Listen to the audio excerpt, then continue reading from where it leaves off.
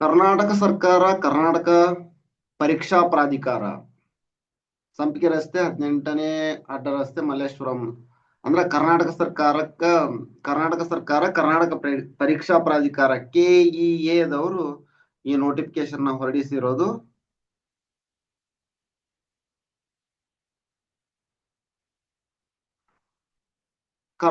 ಅಧಿಸೂಚನೆ ಯಾವಾಗ ಬಂದೈತಿ ಅಂದ್ರೆ 22/8/2025 ಕರ್ನಾಟಕ ರಾಜ್ಯ ಸಹಾಯಕ ಪ್ರಾಧ್ಯಾಪಕರ ಅರ್ಹತಾ ಪರೀಕ್ಷೆ KSET 2025 ಕರ್ನಾಟಕ ಸರ್ಕಾರದ ಆದೇಶ ಸಂಖ್ಯೆ ಇದು ದಿನಾಂಕ 19/5/2025 ಹಾಗೂ UGC ನೆಟ್ ಬ್ಯೂರೋ ನವದೆಹಲಿ ಅವರ ಪತ್ರ ಸಂಖ್ಯೆ ನಿರ್ದೇಶನದಂತೆ ಕರ್ನಾಟಕ ರಾಜ್ಯ ಸಹಾಯಕ ಪ್ರಾಧ್ಯಾಪಕರ ಅರ್ಹತಾ ಪರೀಕ್ಷೆಯು 2025 ಎಷ್ಟರೊಳಗ 2/11/2025 ಅಂದ್ರ ನವೆಂಬರ್ದೊಳಗ ನಡೆಯುತ್ತ. ಇದು ಇನ್ನು ನಿಮ್ಗೊಂದು ಇದ್ರೊಳಗ 10 ದಿನ ಅಂತ ಹೇಳಿದ್ರು 10 ದಿನ ಸೆಪ್ಟೆಂಬರ್, ಅಕ್ಟೋಬರ್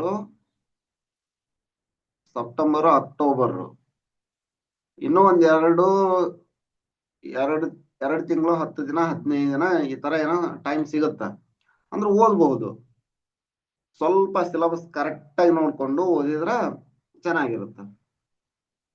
ಕರ್ನಾಟಕ ಪರೀಕ್ಷಾ ಪ್ರಾಧಿಕಾರದಿಂದ ನಡೆಸಲು ಯೋಜಿಸಲಾಗಿದ್ದು ಅರ್ಹ ಅಭ್ಯರ್ಥಿಗಳಿಂದ ಆನ್ಲೈನ್ ಮೂಲಕ ಅರ್ಜಿಗಳನ್ನ ಕರೆಯಲಾಗಿದೆ. KSET ಪರೀಕ್ಷೆಯ ವೇಳಾಪಟ್ಟಿ ಕೆಳಗಿನಂತಿದೆ. ಡೇಟ್ ಅನ್ನ ಸರಿಯಾಗಿ ನೋಡ್ಕೊಳ್ಳಿ.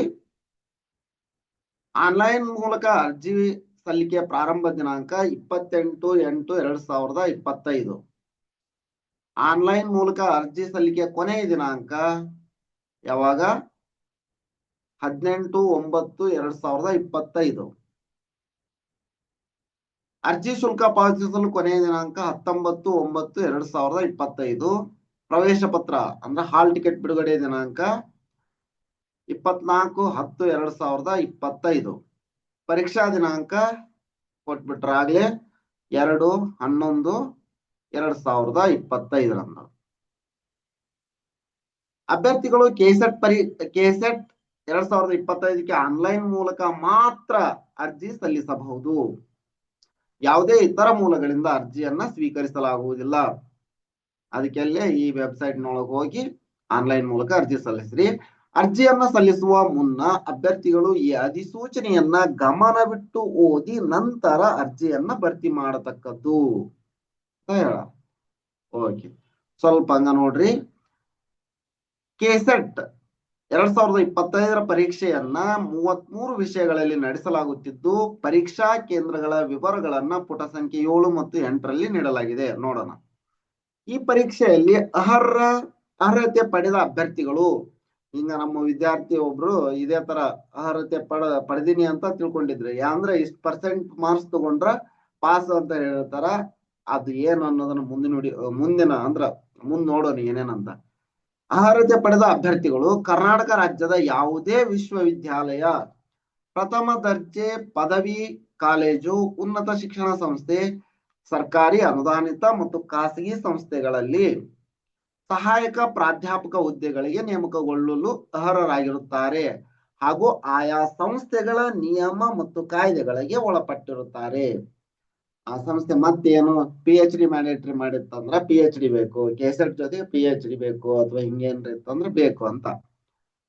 ವಿಕಲಚೇತನ, ತೃತೀಯ ಲಿಂಗ, ಪರಿಶಿಷ್ಟ ಜಾತಿ, ಪರಿಶಿಷ್ಟ ಪಂಗಡ ಹಾಗೂ ಇತರ ಹಿಂದುಳಿದ ವರ್ಗ, ಪ್ರವರ್ಗ 1, ಪ್ರವರ್ಗ 2A, ಪ್ರವರ್ಗ 2B, 3A, ಪ್ರವರ್ಗ 3B ಮುಂತಾದ ಅಭ್ಯರ್ಥಿಗಳು ಕರ್ನಾಟಕ ಸರ್ಕಾರದ ಹಿಂದುಳಿದ ವರ್ಗದವರ ಇಲ್ಲೊಂದು ಬ್ಯಾಕ್ವರ್ಡ್ ಕ್ಲಾಸ್ ಇದನ್ನ ಪಟ್ಟಿ ಬಿಟ್ಟಿರ್ತಾರ, ಅಲ್ಲಿ ಪಟ್ಟಿಯಲ್ಲಿ ಇರ್ಬೇಕು ಅವರು ಅಂತ.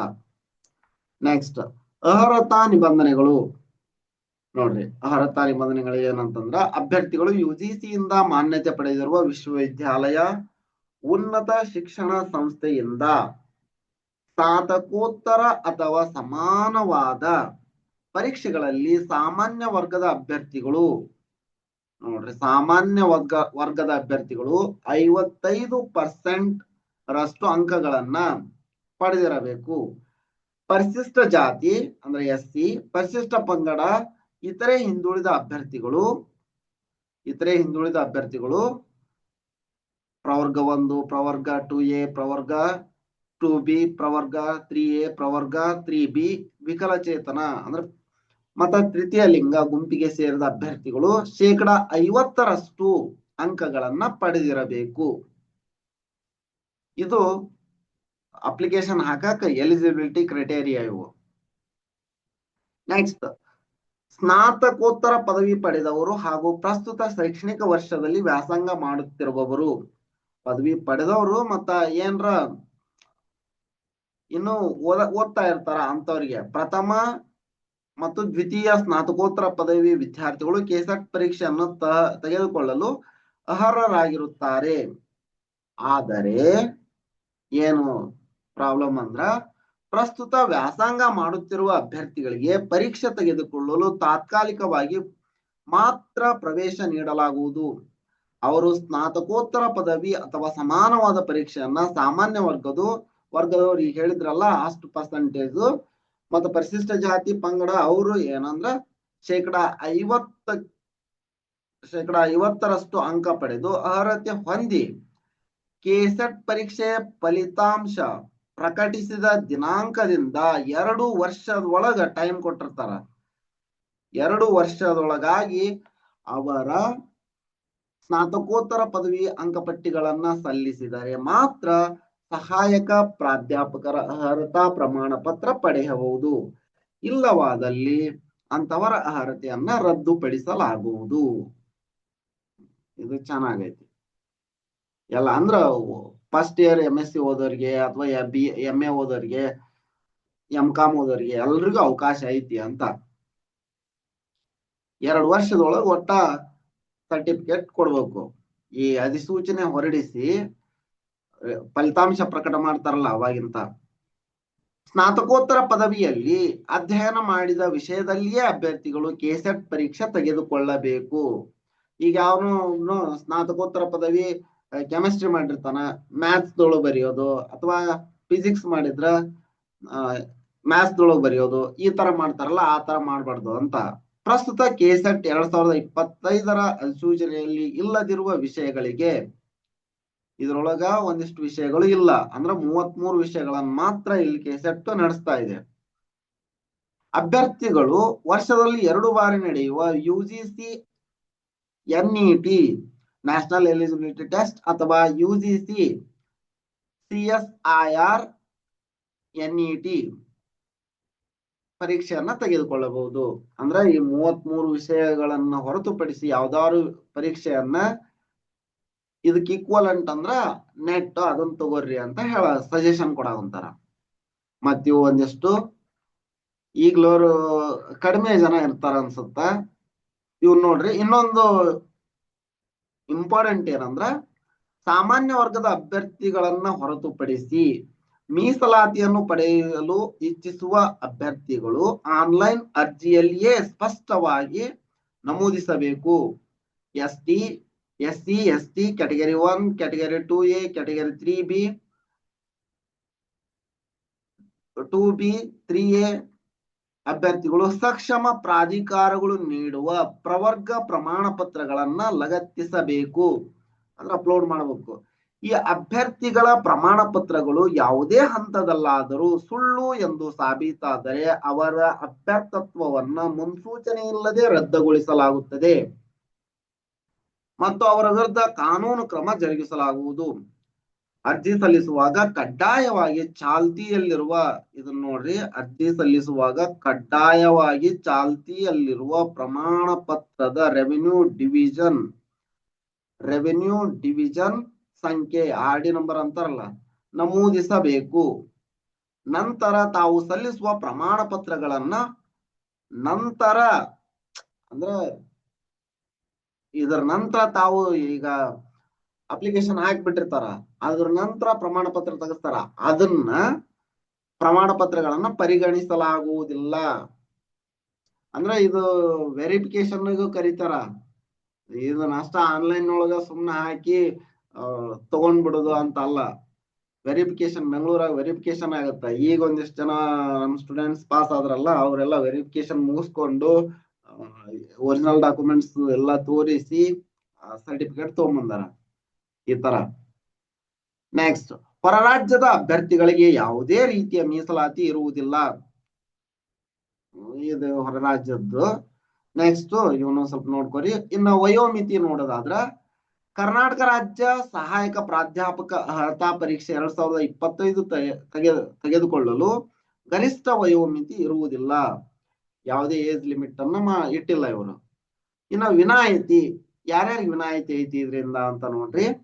ಕರ್ನಾಟಕ ರಾಜ್ಯದಲ್ಲಿ ಸಹಾಯಕ ಪ್ರಾಧ್ಯಾಪಕ ಹುದ್ದೆಗೆ ವಿಶ್ವವಿದ್ಯಾಲಯ, ಪ್ರಥಮ ದರ್ಜೆ ಕಾಲೇಜುಗಳು, ಉನ್ನತ ಶಿಕ್ಷಣ ಸಂಸ್ಥೆಗಳಲ್ಲಿ ಸರ್ಕಾರಿ, ಅನುದಾನಿತ, ಖಾಸಗಿ ನೇಮಕವಾಗಬೇಕಾದರೆ ಅಭ್ಯರ್ಥಿಗಳು ಕಡ್ಡಾಯವಾಗಿ ಕೆಸೆಟ್ ಅಥವಾ ಎನ್ಇಟಿ ಪರೀಕ್ಷೆಯಲ್ಲಿ ಅರ್ಹತೆ ಪಡೆದಿರಬೇಕೆಂಬ ನಿಯಮವಿದೆ.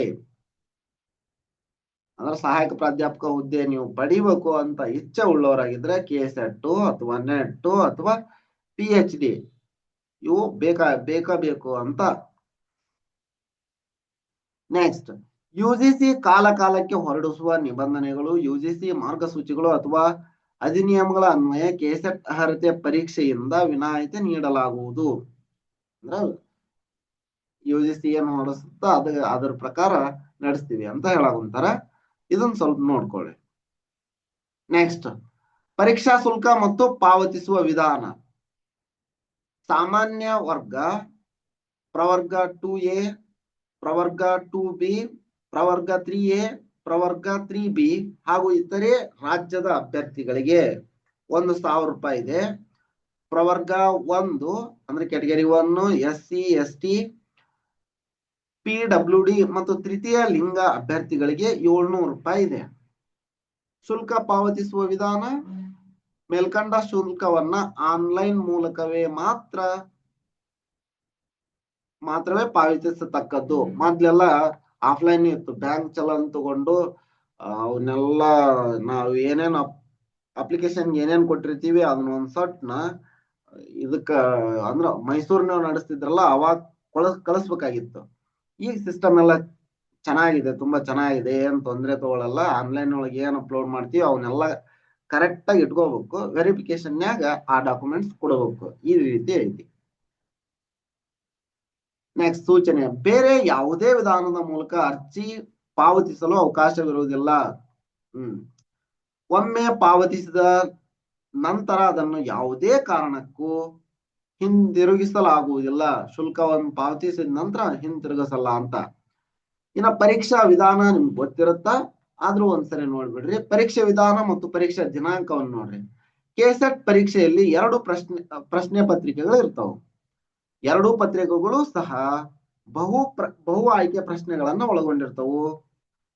ಪರೀಕ್ಷೆ ದಿನಾಂಕ ಈಗಾಗಲೇ ಹೇಳೈತಿ, 2/11/2025 ಒಂದು ಅವಧಿಯಲ್ಲಿ ಕೆಳಕಂಡಂತೆ ನಡೆಯುವುದು.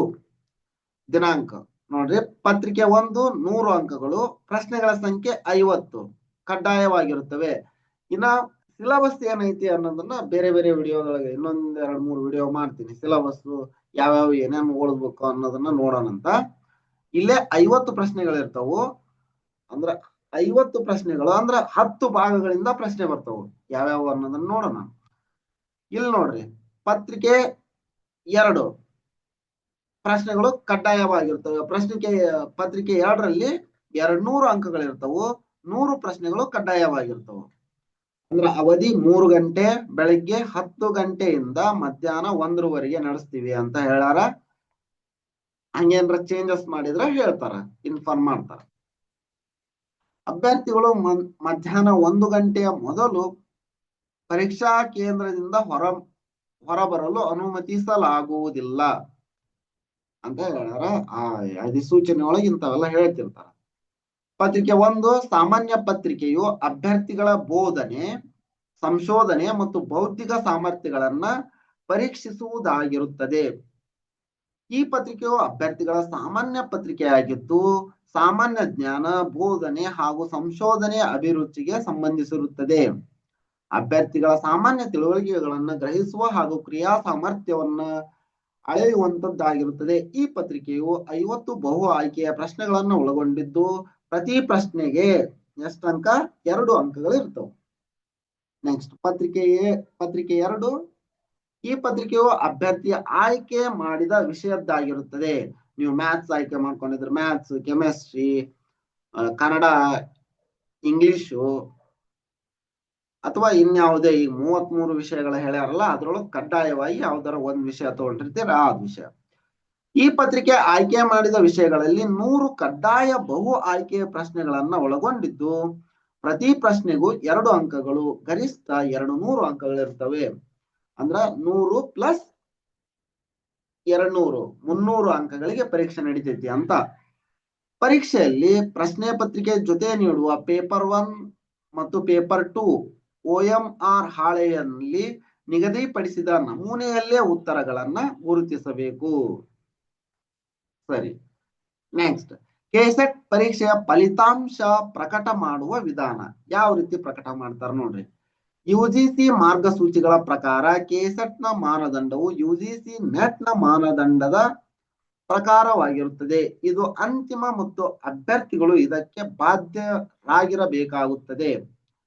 ಕೆಸೆಟ್ ಪರೀಕ್ಷೆಯಲ್ಲಿ ಅರ್ಹತೆ ಪಡೆಯಲು ಅಭ್ಯರ್ಥಿಗಳು ಕೆಳಗಿನ UGC ಮಾರ್ಗಸೂಚಿಗಳಂತೆ ಪರಿಗಣಿಸಲಾಗುತ್ತದೆ. ಸಹಾಯಕ ಪ್ರಾಧ್ಯಾಪಕರ ಅರ್ಹತೆಗಾಗಿ ಅಭ್ಯರ್ಥಿಗಳು ಪೇಪರ್ 1 ಮತ್ತು ಪೇಪರ್ 2 ಪರೀಕ್ಷೆಗಳ ಒಟ್ಟು ಅಂಕಗಳಲ್ಲಿ ಕೆಳಗೆ ನಿರ್ದಿಷ್ಟಪಡಿಸಿದ ಅಂಕಗಳನ್ನ ಪಡೆಯಬೇಕು. ಎಷ್ಟು ಅಂದ್ರ ನೋಡ್ರಿ, ಅಂದ್ರ ಜನರಲ್ ಎರಡೂ ಪತ್ರಿಕೆಗಳು ಒಟ್ಟು ಸೇರಿ ಒಟ್ಟು 40% ಅಂಕಗಳು. ಈಗ 300 ಒಟ್ಟು 300 ಐತಿ, ಎರಡೂ ಪತ್ರಿಕೆ ಸೇರಿ 300 ಅಂಕಗಳು. 40% ಅಂತಂದ್ರ 40/100 ಆಯ್ತು ನೋಡ್ರಿ. ಇದು ಹೋತು 3 4 12 ಅಂದ್ರೆ 120 ಅಂಕ ಜನರಲ್ನವ್ರು ಪಡೀಲೇಬೇಕು. ಅಂದ್ರ ಇದನ್ ಪಡೆದ ತಕ್ಷಣ ಅವ್ರು ಪಾಸ್ ಅಂತಲ್ಲ, ಇಷ್ಟು ಪಡೆದ್ರ ಅವ್ರು ಮತ್ತೆ ಕಟ್ ಆಫ್ ಬಿಡ್ತಾರ. ಈ ಅಭ್ಯರ್ಥಿ ಇಷ್ಟು ಪಡೆದ್ರ ಜನರಲ್ನೊಳಗ ಇಷ್ಟು ಬಂದಿದ್ರ ಎಲಿಜಿಬಲ್ ಅಂತಂತಂದು. ಇನ್ನು PW ಎರಡೂ ಪತ್ರಿಕೆಗಳು ಎಷ್ಟು ಪಡಿಬೇಕು ಅಂತ ಹೇಳಾರ? 35% ಅಂತ ಹೇಳಾರ ನೋಡ್ರಿ. 300ಕ್ಕ 35% ಎಷ್ಟು? 35 100 ನೋಡ್ರಿ. ಈಗ ಎಷ್ಟಾಯ್ತು? 35 3 70 105 115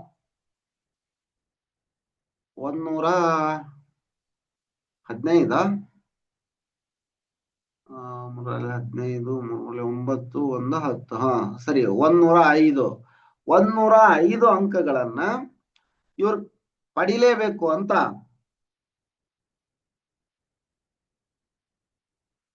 ಇವ್ರು ಇಷ್ಟ ಅಂಕ ಪಡೆದ್ರ ಇವ್ರ ಈಗ 105 ಪಡೆದ ತಕ್ಷಣ ಈಗ ನಮ್ಮ ವಿದ್ಯಾರ್ಥಿ ಒಬ್ರು ಹೇಳಿದ್ನಲ್ಲ, ಅವ್ರದ್ದು ಕೆಟಗರಿ ಯಾವ್ದೋ ಒಂದು STನೋ ಏನೋ ಬರ್ತಿತ್ತು ಅಂತ ಇಟ್ಕೊಳ್ರಿ. ಇದ್ರೊಳಗ ಬರ್ತಿತ್ತು, ಒಟ್ಟ ಇಷ್ಟ್ರೊಳಗ ಬರ್ತೈತಲ್ಲ, ಅವ್ರಿಗೆ 110 115 ಬಂದ್ಬಿಟ್ಟೈತಿ. ಇದನ್ನ ಓದ್ಕೊಂಡ್ರ ಅವ್ರು. ಸರ್ 35% ಪಡೆದ್ರ ಎಲಿಜಿಬಲ್ ಅಂತ ಇತ್ತಲ್ಲ ಸರ್, ನನ್ಗೆ ಇಷ್ಟು ಬಂದೈತಿ ಮತ್ ನಾ ಎಲಿಜಿಬಲ್ ಅಲ್ಲ ಅಂತ ಅನ್ಕೊಂಬಿಟ್ಟಾಳ. ಮುಂದೇನು ಅಂತ ಕೊಟ್ರ ನೋಡ್ರಿ, ಅವ್ರು ಮುಂದೇನ್ ಕೊಟ್ರ ಅದು ಇಂಪಾರ್ಟೆಂಟ್. ಈಗ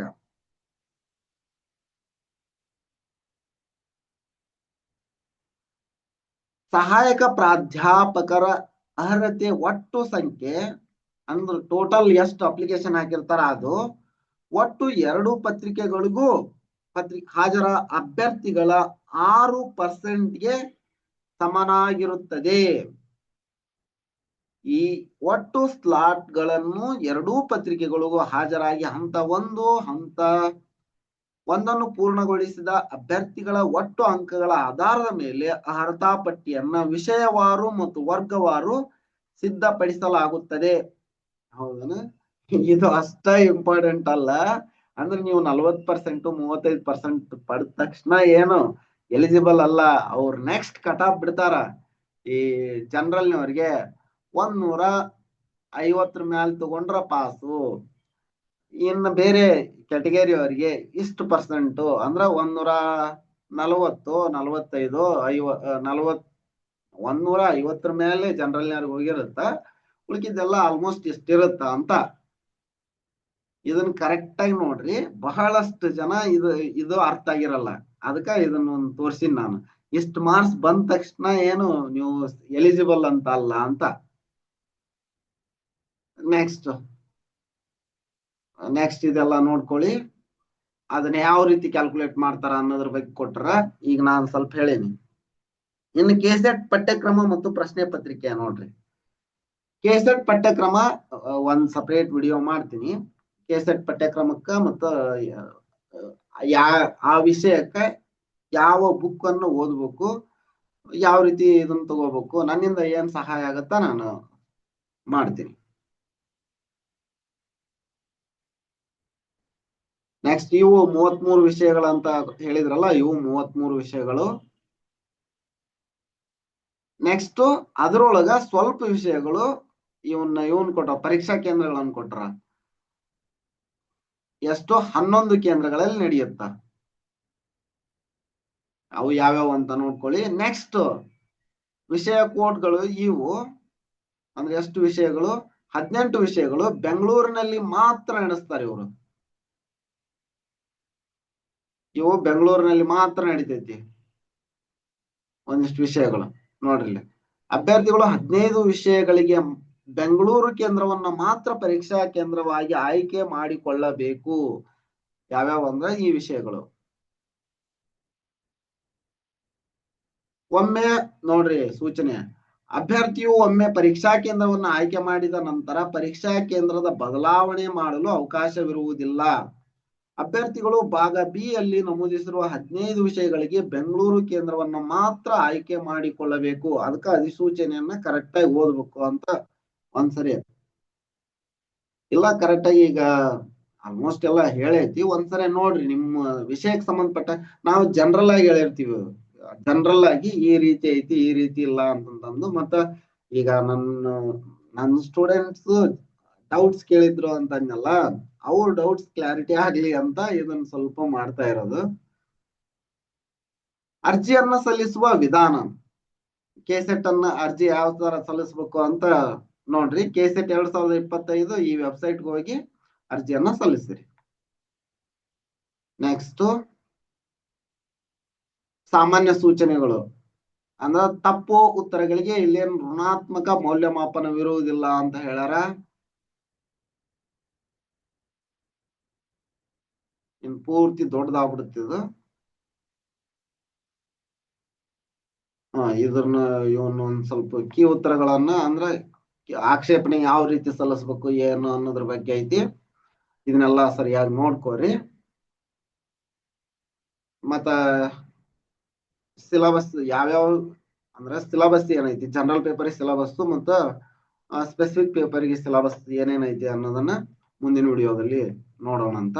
ಮತ್ತೆ ಯಾವ ವಿಷಯಕ್ಕ ಯಾವ ಸಬ್ಜೆಕ್ಟ್ಗೆ ಯಾವ ಬುಕ್ ಅನ್ನ ರೆಫರ್ ಮಾಡಿದ್ರೆ ಒಳ್ಳೆ ಅಂಕ ಪಡಿಬಹುದು ಅನ್ನೋದನ್ನ ಮುಂದೆ ಬರುವ ವಿಡಿಯೋಗಳಲ್ಲಿ ನೋಡೋಣ ಅಂತ. ಧನ್ಯವಾದಗಳು. ಇದು ನಿಮ್ಗೆ ಅಲ್ಪ ಸ್ವಲ್ಪ ಏನಾರ ಹೆಲ್ಪ್ ಆಗೋ ತರ ಇತ್ತು, ಬೇರೆಯವರಿಗೆ ಏನಾದ್ರು ಈ ವಿಡಿಯೋದಿಂದ ಮಾಹಿತಿ ಸಿಗೋ ತರ ಇತ್ತು ಅಂತಂದ್ರ ಹಂಚ್ಕೊಳ್ಳಿ. ಈ ವಿಡಿಯೋ ನಿಮ್ಗೆ ಇಷ್ಟ ಆಗಿದ್ರ ಒಂದು ಲೈಕ್ ಮಾಡಿ. Thank you.